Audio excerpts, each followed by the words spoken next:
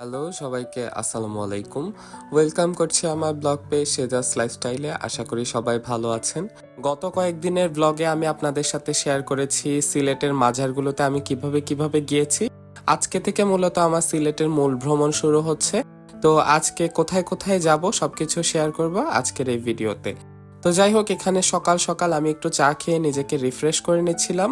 তো তারপরেই মূলত আমাদের যাত্রা শুরু হবে। আমরা এখানে একটা সিএনজি ঠিক করে নিয়েছি 3টা স্পটে যাওয়ার জন্য। স্পটগুলো আপনারা পর্যায়ক্রমে দেখতে পারবেন। তো এখানে বলে রাখি, 3টা স্পট ঘুরে আসার জন্য আমাদের থেকে এখানে সিএনজি ভাড়া নিয়েছিল 1700 টাকা।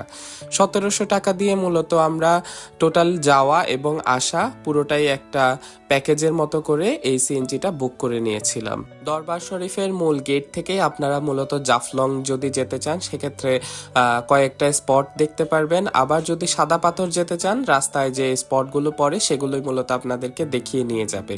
ওইভাবেই প্যাকেজ হিসেবে আপনারা আসলে সিএনজিটা বুক করে নিতে পারবেন। আমাদের প্রথম গন্তব্যস্থল ছিল মালনীছড়া চা বাগান। এটা মূলত সিলেটের খুবই সুন্দর একটা চা বাগান, অনেক বিস্তৃত একটা অঞ্চল জুড়ে এই চা বাগানটা। আরেকটা জিনিস হলো, বাংলাদেশের সবচাইতে পুরাতন চা বাগানের মধ্যে এটি হলো অন্যতম। আমি এর আগে একবার আমাদের চট্টগ্রামের চা বাগান ঘুরতে গিয়েছিলাম, কিন্তু এত বিস্তর মাঠের পর মাঠ চা বাগান আমি এর আগে আসলে কখনো দেখিনি। তো হঠাৎ করে এত বড় চা বাগান দেখে আমার এত বেশি ভালো লাগছিল, তো আমি নিচে নেমে মূলত ছবি ভিডিও এগুলো নিয়ে নিচ্ছিলাম। তবে বেশিক্ষণ একটা সময় পাইনি, যেহেতু আমাদের পুরো দিনটার মধ্যেই কয়েকটা স্পটই আসলে কভার করতে হবে। তাই যতটুকু সময় আসলে সিএনজি মামা আমাদেরকে ধার্য করে দিয়েছিল অতটুকুতেই মূলত যতটুকু ঘোরা যায় আর কি।